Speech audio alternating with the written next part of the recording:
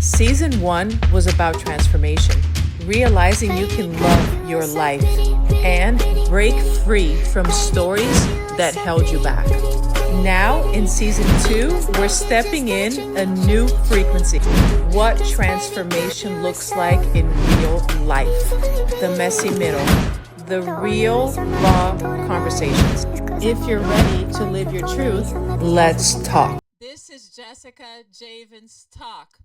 I am here today so excited. I recently saw a person, I hadn't met her yet, just a few days ago in a special local event that I was impressed by the community feeling and support and lots of fun and a lot of different performances. But this beautiful, gorgeous, tall woman comes in with the most beautiful white outfit I've ever seen in my life. And I'll tell you, I was a little intimidated. I'm like, I know I need to meet her, but I'm not sure if I'm ready. She's just, oh my gosh. Anyways, so of course, everybody who I met knew her and told me amazing things about her. I read about her and I fell more in love with it. So she's here today, and I'm so happy to tell you, Dinah. Of course, Dinah is so much more pretty, in my opinion. Biggs, welcome to the show. Thank you so much for coming here today. Jessica, what's up? What's up? And you know, it is intimidating. Let me tell you why. This beautiful lady here has just celebrated 50 years in broadcasting. Can you imagine that? That resilience, that passion, and the success. It's hard to know where to start because there's so much about you. So let's just start with that. How did it feel to celebrate 50 years in broadcasting? It really put things in perspective. You know, sometimes you're so busy living life, you don't even realize what you've morphed into. So 50 years in radio, when it finally got there, it just made me think, I must really like doing this. I've been doing this a long time. I mean, I was so busy doing it, I didn't realize that here we are 50 years later. So, did I get this right? You started as a DJ at the age of 17? I started as a file clerk at a record label. Oh, wow. The first black-owned record label in the world by a woman. Before Motown, before Puff Daddy, before any of that, it was VJ Records that brought the Beatles to the United States. A black-owned record label in Gary, Indiana. I was a file clerk at 16, and I filed records in the file drawer. And somebody didn't come to work one day, and I started to work on radio.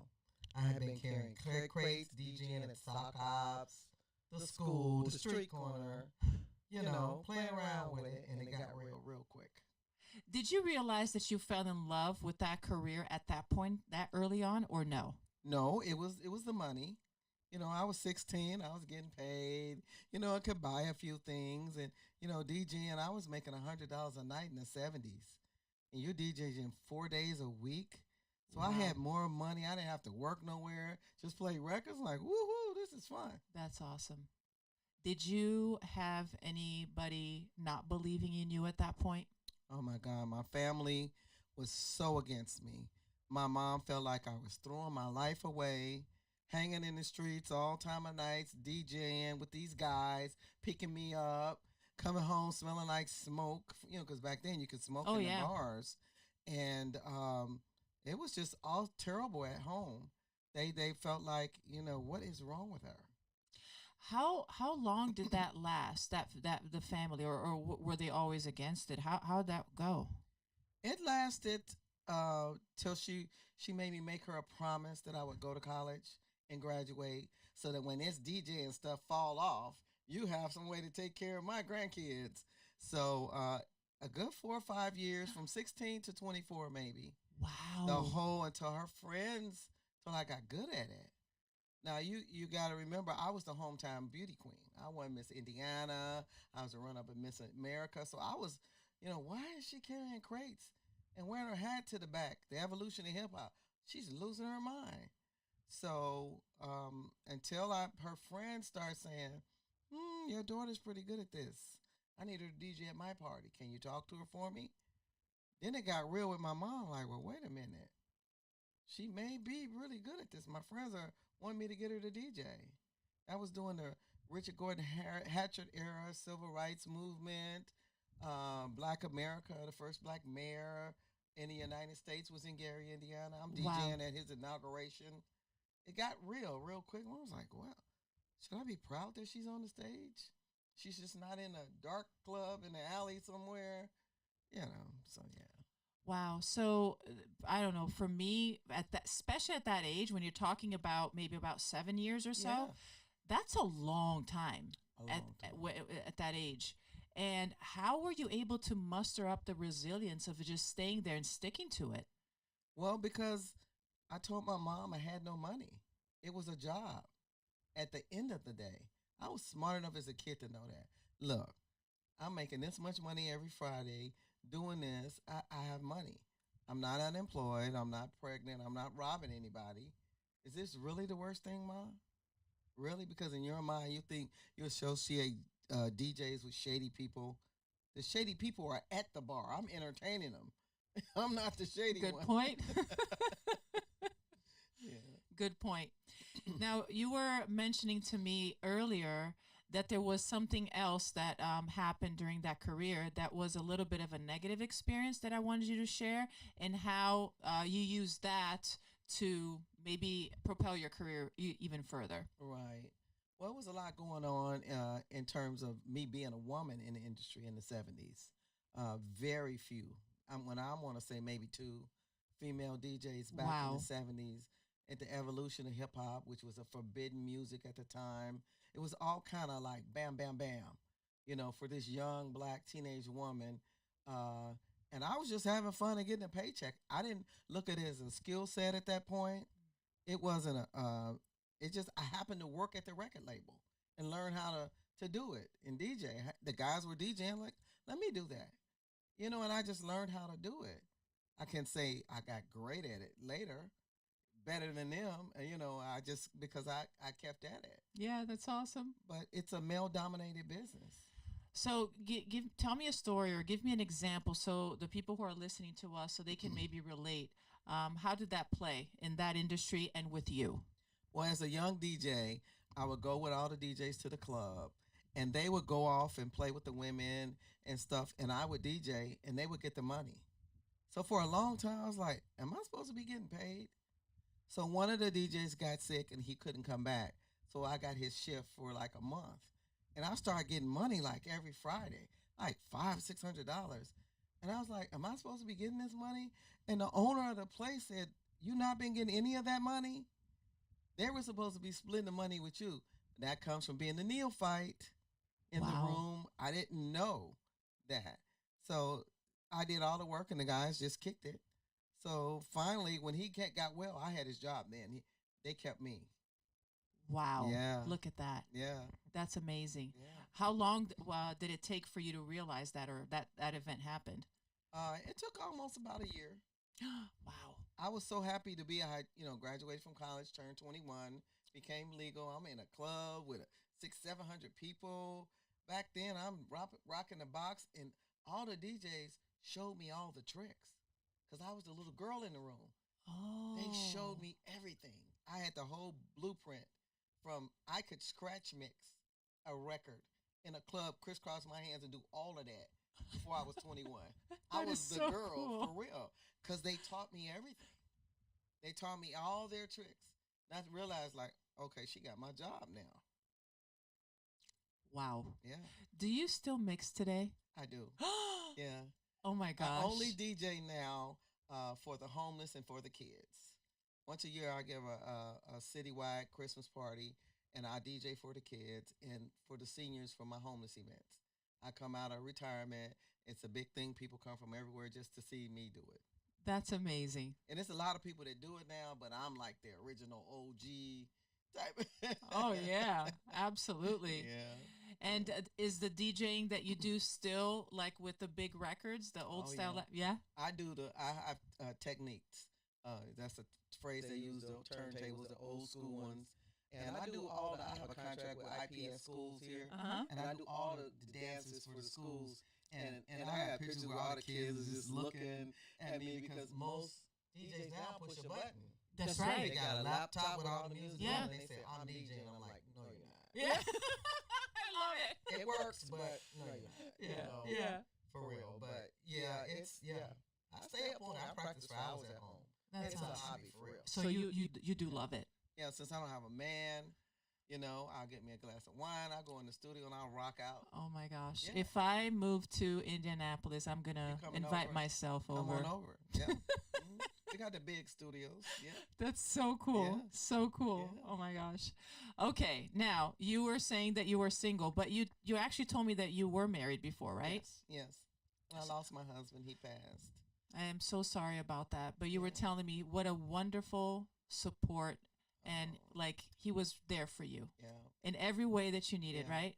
Yeah. With this type of aura you have about yourself, you know, you're a talk show host. I mean, you're a motivational speaker. You have all these things, and then you got to have the right person to gel with you. He was that one for me. Mhm. It was like it was no drama. He'll be in the room, and people's like when I announced my husband passed, they're like, what husband? He would fall back in the concerts and things, but when it was time to go home, he would have the car, the bathwater ready, and it was a wrap. But now that he's gone, Jessica, oh my God, what's happening in the world? What is really happening? You would think that the older guys, I'm an older lady, that would move a little differently, but they still do the same dumb stuff that the younger guys do. What's happening? I don't get it. Do you feel like they're still not grown up? Is that what you feel like, or they're just like many of them are clueless? I don't know. I don't want to sit here and male bash, but a lot of men, just like women, sit around and say, I need a woman, I want a woman. We want the same things, but do you really? Do you really want it? You know, it sounds good, or it's the right politically correct thing to say. Oh, I gotta find me a girlfriend, or I can't find me a man. And now here we are at the table, Mm. you know, and you're being ridiculous. You know, still talking about you're gonna cook and clean. What? I don't cook for me. You know, Right, I don't. right. I'm single. I don't cook for me. So why am I cooking for you all of a sudden? Why Yeah. can't you cook? I'm just asking. Yeah, of course. Of course. I mean, you know, and I will cook. Don't get me wrong, but why we got to start there though? Right. Right. Absolutely. Yeah. Absolutely. And I was thinking, I don't know if this is because of the era that we're living to, about people being completely clueless because of everything. AI, social media, fast paced, immediate satisfaction, immediate reward, everything is here and there.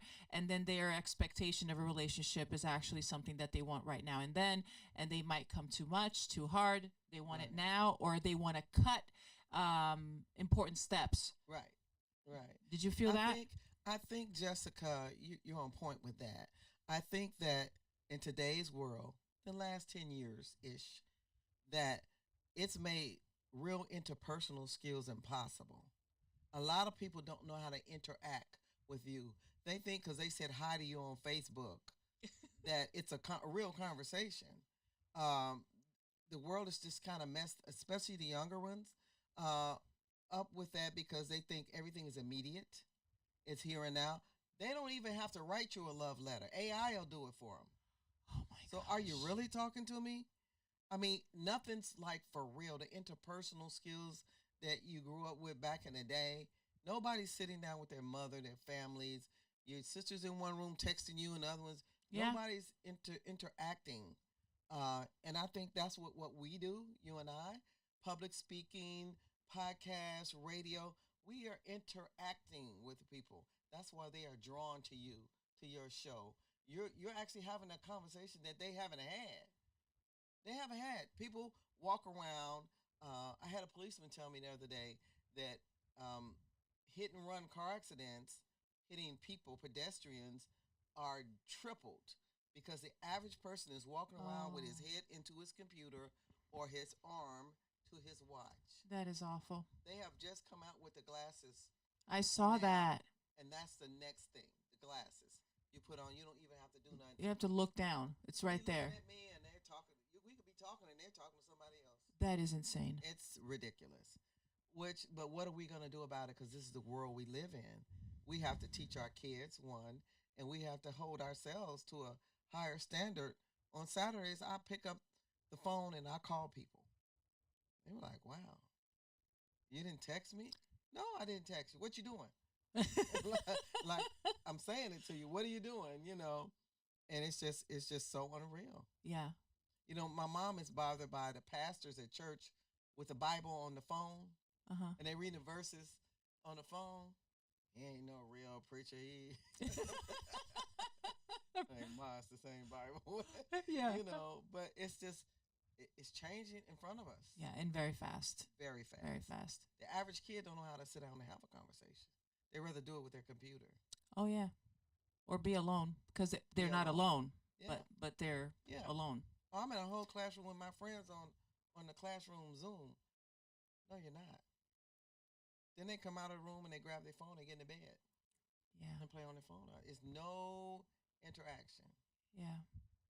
People are scared to go to public events and large events where you can go out and have that old time fun at carnivals because it's so dangerous. So what do you do? Wow, that's a very, very good question. Talking about the relationships, I then thought about powerful women. You are a powerful woman.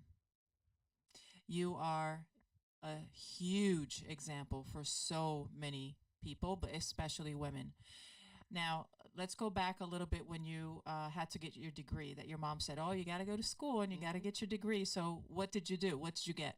So I used to DJ, clubs open at 8. You DJ till 3 in the morning, and then you take a little nap, and then I had to go to college. The college, IU here, IU there. So I had to actually go to college, go to class, and then, so finally I graduated. My mom made me promise her so she wouldn't think I was throwing my life down the gutter, DJing. So, I got my degree, and it was kind of rough, sleepy mornings, Sometimes you go out to breakfast after dinner. After the club, hang out with your friends. It's kind of rough. Yeah. But I never smoked and I never drank. Wow. Because that was the environment I was in. And I felt like I'm never doing that. Wow. I didn't even want to date a guy that smoked.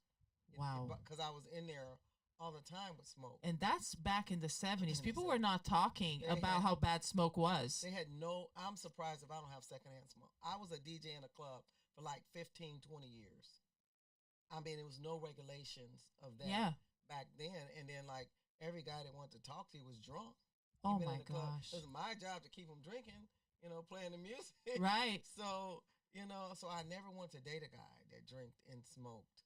But when I graduated and my mom had finally got to have her graduation party and all the people came and it was like, how the heck she graduate? She was at the club with us.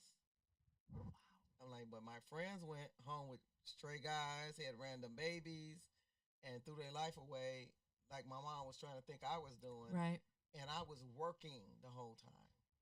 So when I retired from my job, people was like, how's she retired from the job? She at the club. It's multitasking, I guess I learned at a young age. That is incredible. At that age, that you were so disciplined and focused. Yeah. That is amazing. When I look back on it, Jessica, I was like, how did I do that? And then it's the music. It all goes back to the music. I was the DJ at the university. I did the sock hops in the club, in the hallways, the surge area at IU. So the teachers knew me. I was president of the student council. I was like the most popular person. It went back to the music. It wasn't me. It was the music. So from that, I felt I got to keep going, so I can DJ at the graduation party. I graduated from college and DJ'd at the college graduation party. I was the microphone person at the ceremony. I had the equipment for the microphone. It goes back to the music. So I learned something along the way that my mom was afraid I wasn't going to learn anything that could help me, but I really did and didn't even know I was learning. I became an engineer. I had a first class FCC license. My mom made me keep that up. I had that by the time I was 21. And she said, Wow. don't you ever let it expire. Wow. I can start a tower, a transmitter. I told Andre I can come over here and put his stuff together for him. They taught me everything because I was the only girl in the room and I was a kid. I was not a threat. They taught me everything. Those old engineer guys was showing me everything. So when I took the test, I knew it all. I was the only one that had an FCC license. I have rented it out to radio stations because in order for them to have a person on site, they have to have a person with a first class license. I see. Yeah, I got all kind of side hustles from playing records. That's amazing. Yeah. Now, tell me about this environment a little bit more. Moving forward into your career, because you mentioned a lot that you were the only girl, and now where you're at today, we know that you're actually the first Black American woman to own a radio station in the state of Indiana, Yeah. which congratulations. What an example of leadership, resilience, and empowerment for women. But tell me how that looked like in the environment that you were in. Is that a woman's environment? No, it's not a woman's environment. I don't think it will ever be a woman's environment. But we as women are here. And it's a few of us that are here to say, um, I don't know how it happened, Jessica. I don't know how that wasn't what I was going for. The pandemic hit in 2020. Mm-hmm. Radio stations were shutting down, sending people home. No way to get messages out to people. My grandfather encouraged me to start my own radio station during the pandemic. You ain't doing nothing else. The world shut down. Let's just do this. So he passed away, bless his heart, and he encouraged me. So I started to do it and didn't even know I could do it. When I applied for the license, I applied for the same license of every radio station you hear. Uh-huh. That license costs a lot of money. A terrestrial license. I can have a tower. I can build a whole radio station. I got all the licenses. Wow. That's the first thing I knew in business to do was get the licenses. So I bought all the licenses. Then I get a call from CNN telling me, congratulations, you're the first Black, blah, blah, blah. I'm like, when did that happen? And then they said, well, we have a challenge. Madam C.J. Walker's camp is challenging this because she had a radio station here in Indianapolis back when long time ago when the Madam C.J. Walker building was built. And so they said, we're working on verifying that, but that's the only thing that determines it. So we go, wow. So then we start looking it up. Yeah. And comes to find out they had to call back and congratulate me for real, because Madam C.J. Walker owned it as a company. I'm an individual, solo. All my licenses are just me. No company, no corporation, it's me. I've since turned it into a corporation, but the original license was into that. So I'm like, then people start wanting to interview me. I'm like, but why? I just got a license, to do radio. So then I became a threat to people because with that comes a lot of power. So I bought all the royalty licenses that pay artists that they were talking about at the conference. Most people have one. I have all of them. Because I felt like being a woman, I got to stack my chips extra high. So I got the radio license. I bought all the royalty house licenses, all the track. I bought every extra thing I could buy. Now what? What are you going to say now? So then I was known for breaking music over the 50 years. I was known for breaking music for artists. Every old artist that you know, I played their record the first time when it was a hit. Really? So now all of those same artists, like Average White Band, all those guys are independent artists trying to get their music made now because they're broke and they need a new record. So they call me, the girl from Chicago, Gary, and then when I see them, I'm like, well, how come we got old and you didn't? I'm like, because you was 32 and I was 17. So the script is flipped, even though I'm older now, I'm 66, but they're 80. They're already older. I was so young that while I was evolving, we didn't even know. Like, they say, you cannot be the same girl. Yeah. I go get pictures, and it tickles them. Oh, I can imagine. Yeah. I can imagine. So does that make it a little hard in the dating scene?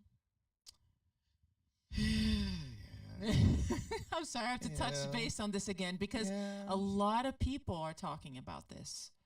I mean, it is. It's like people will look at you. You're beautiful. They'll look at you and they'll listen to your show and never say a word to you. And then 5 years from now, you run into them. It's like, I always liked you. Why didn't you say nothing, dude? Right. You know, I felt intimidated. Yeah. Or then you're full of crap, one or the two.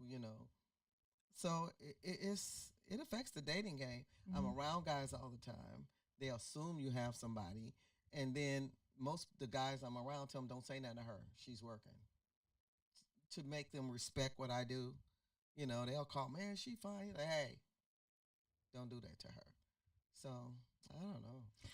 I also was impressed that you, because of the experience that you have working with men, Mm-hmm. and also because of what your major is in, Mm-hmm. and it was also a lot of exposure with the male, I would say, population that you've heard without even noticing, just so many stories because you were around them so much Oh yeah.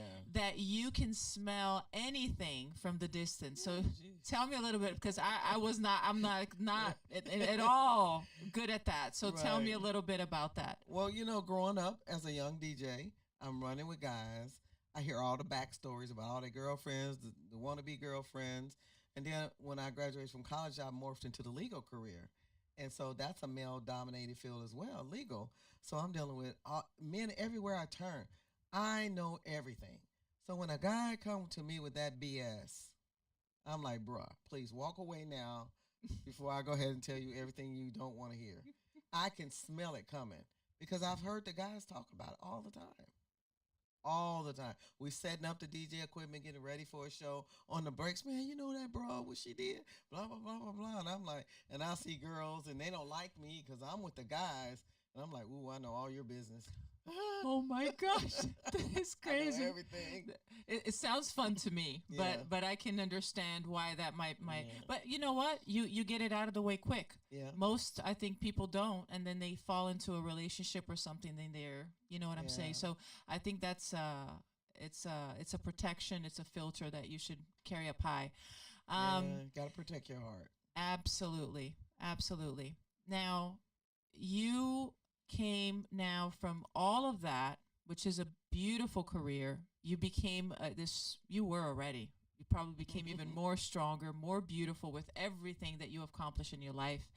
And now you own 4 radio Yes. stations and 1 in Germany. Yes. That's amazing. So what happened was when I started the first one during the pandemic in Indianapolis, I had a young associate who was like super computer smart. He was like, "Hey, why are we just doing Indianapolis? Indianapolis is not a major music market." They said we need major music. Let's open one in Chicago. We're from the Midwest, the territory. So we got the license in Chicago, and we opened a station. And then I partnered up with Reverend Jesse Jackson. I put my Chicago studio in Operation Push, which is a national organization, which gave me like clout right out the gate. Nice. It was like walk like you talk, walk like you talk, walk like you talk. You're walking with Reverend Jackson, you're hanging with him, and what he did for me in Chicago, which is the 3rd biggest media market in the world, Chicago is, Wow. was he gave me confidence. He introduced me to the people. He tested me big time. He tested me. One day he said, "Hey, come go somewhere with me." And I go outside. He has Secret Service because he was a presidential candidate for years. And we get in the car. The door's locked from the inside. The windows is black. Secret Service take your phone, block out all your numbers. I'm like, wait, what's really going on? Well, people used to try to kill him. So, they don't want me calling somebody, letting the window down. It's just what. So we get in the car. I'm like, where are we going, Rev? He's like, I just need to get you vetted. I need to understand, make what you're doing, make sure you won't bring anything against, what we're doing here. And he asked me about how I funded my radio station, who I owed money to, because all those things could negatively impact you if it went wrong, I guess. And I got to ride with him. We went to a WNBA game. We sat on the floor in the front, And then the Secret Service called my phone, and every time Secret Service call, your phone black out because the numbers are private. Like my phone and I kept putting it down because I thought something was wrong with it. Yeah. And then it just kept on look, and then it said look up, and I look up, and they in the skybox, and they said go to the elevator on the left. We'll meet you. Come upstairs, and I go in the elevator. So they in this whole big suite that's Reverend Jackson's. Reverend Jackson won't go in there. He doesn't like to be isolated from the people. Wow. He want to be downstairs where you can come and talk to him. It was just a whole beautiful career. And then when we got back and I was leaving, he said, no, I need you to come inside with me. And I go inside. We go to a room. In there, he has banquet halls with like 500 people. Mayor of Chicago, aldermen, police chiefs, all these people in here. I know who they were from reading about them, but I didn't know anybody enough to say anything. So I stood at the back of the room, and he went up to the front, to the podium, and he said, hey, I want you to meet my friend. Come here. And called me to the front of the room. And he whistled to me. He said, now let me see what you got. He said, tell him your radio station that you own. My Chicago station. This is how it all happened. Wow. And I must have upheld my part of the bargain because his son, who was a congressman, was running for office. And I said, I want to be able to give you news as it happens, not after it's happened. I want to bring you, what's the radio station number? Everybody started lining up, taking pictures. People's like, I saw you on Facebook. I follow you. I haven't seen you for years.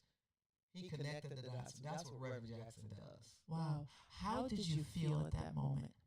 I felt like you better do this. I didn't even have a friend in the room. It's like nobody. I'm nervous just thinking about it. It was totally amazing. Wow. And then we go back in the background. I said, Rev, why did you do that? He said, I got to know that you can be quick on your feet. That's when they had one of the NBA players, the WNBA players, and they wouldn't release her a few years ago. Brittany Griner. Yes. They wouldn't release her, and he was going to go get her. So we were in the room. All the press was there, and he said, I need the room. And so everybody got up to leave, and I got up to leave, too. He said, not you. He said, will your radio station cover that? Will you go out of the country with me and cover that? I'm going to put your radio station on top. Well, he got sick. It didn't ever happen. But the fact that he asked me, do you know what that would have done?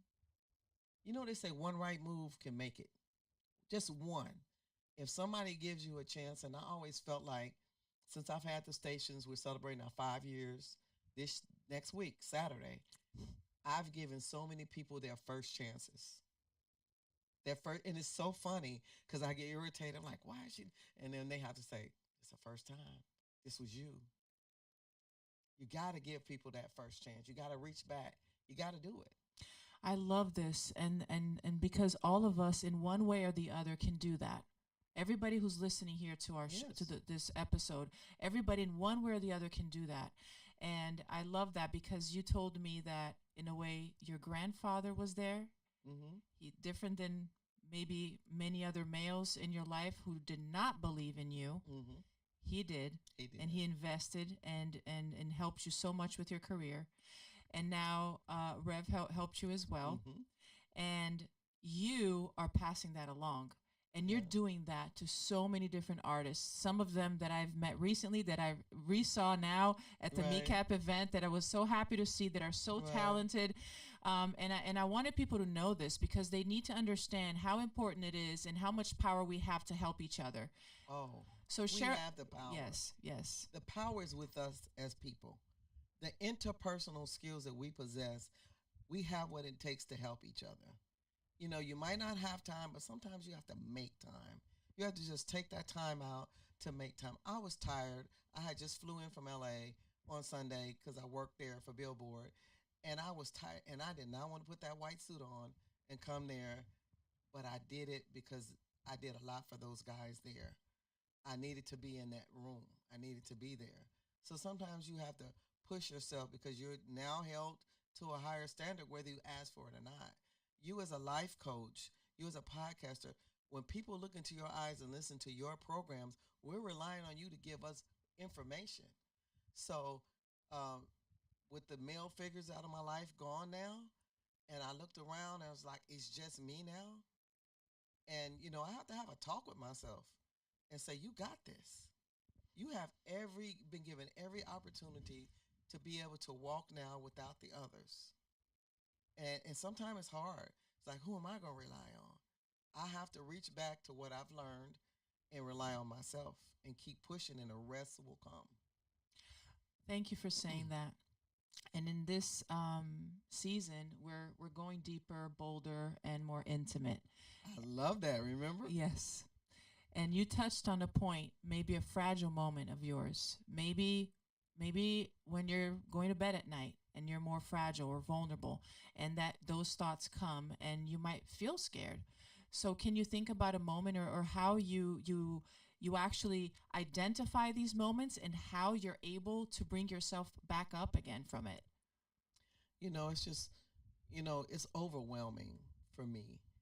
People think you do it effortlessly. If you look on my social media, it's like, oh my gosh, but they don't know how hard it is, because now I am the older person in the room.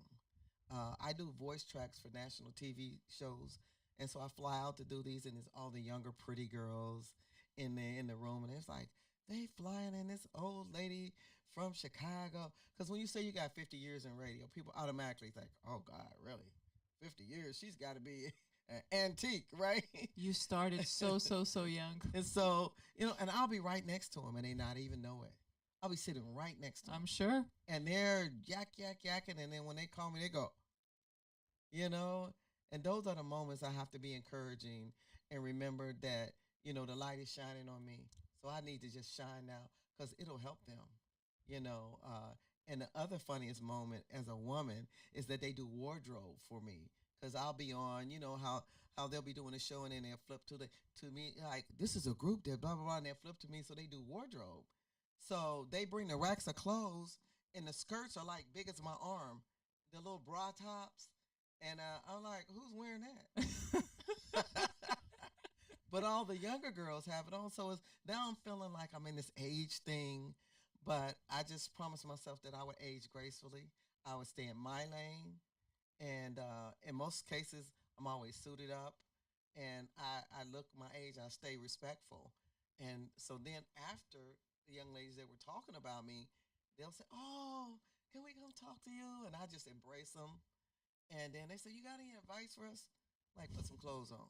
Yes. Start there. Yes. In my whole career, even when I look back to being young, I never was the stripper DJ lady.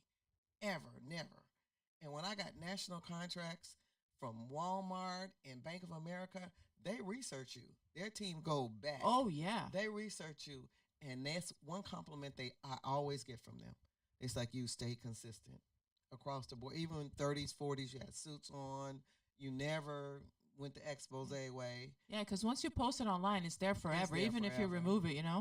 It's there forever. And I wear the thigh-high boots now with shorts. And I keep it cute, but it's just never, you're not going to see my undergarments or something. It's just, and then that stays.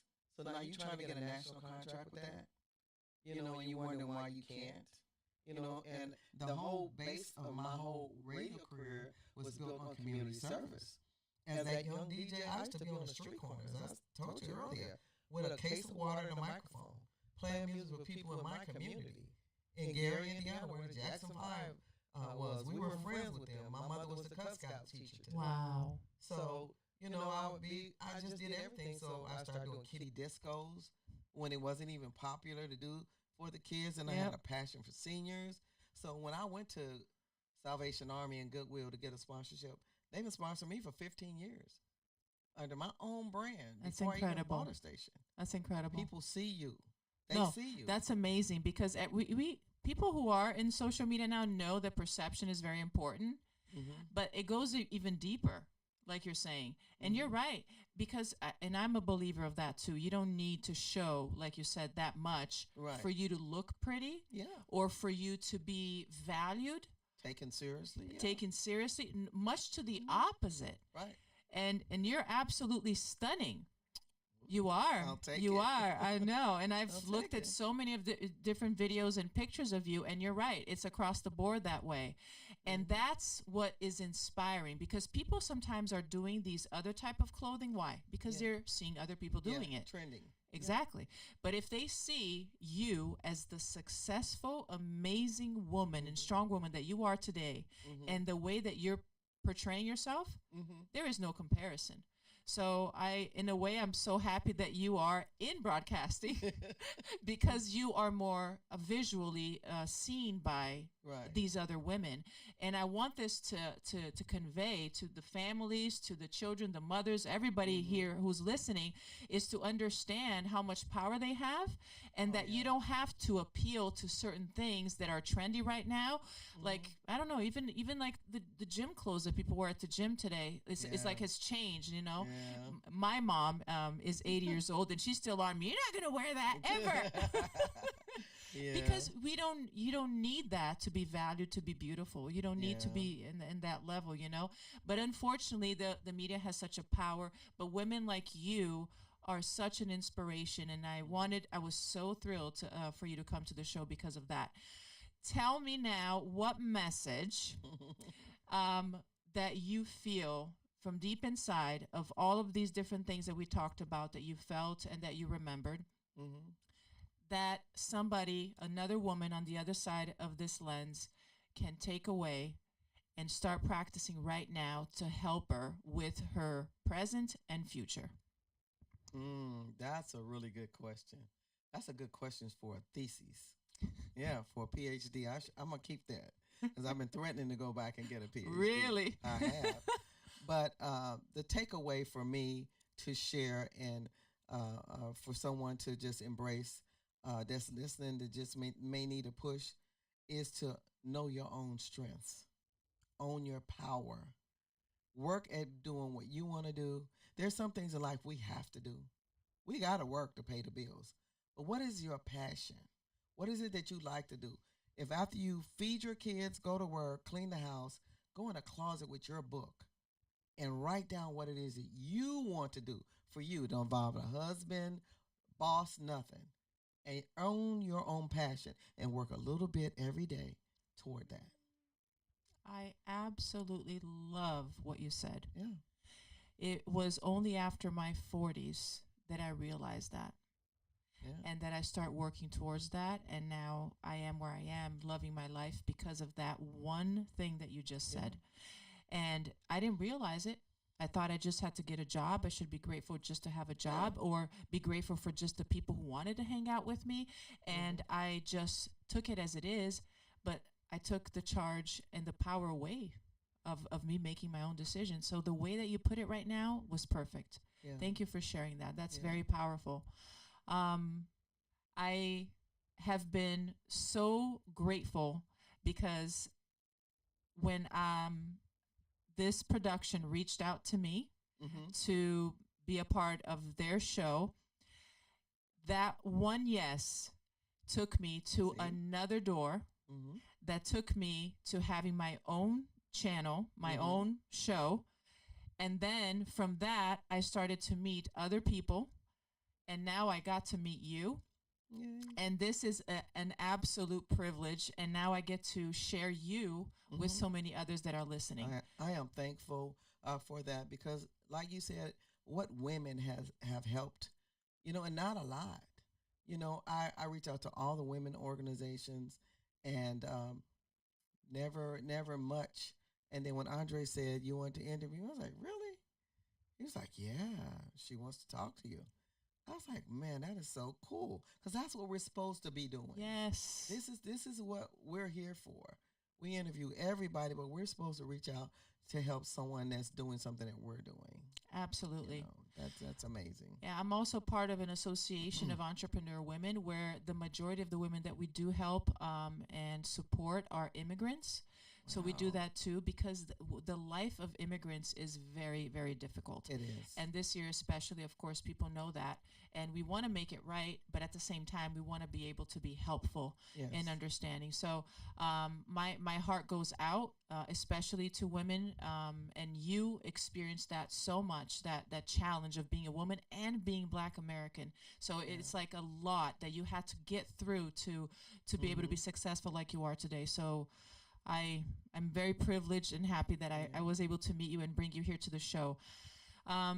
So if you are watching us up until now, I want to ask you to please make sure that you share this with every woman that you know, because you also have that little small part, that little piece that you can do right now by sharing this and empowering somebody else. Don't keep it to yourself. We're not keeping it to ourselves for a reason. So I invite you to do the same. And thank you so much for following us. Click the like button and make sure you subscribe. We're here today by the wonderful and amazing production of the I Am Beast Network.com. And this is also brought by Andre the Beast Creighton.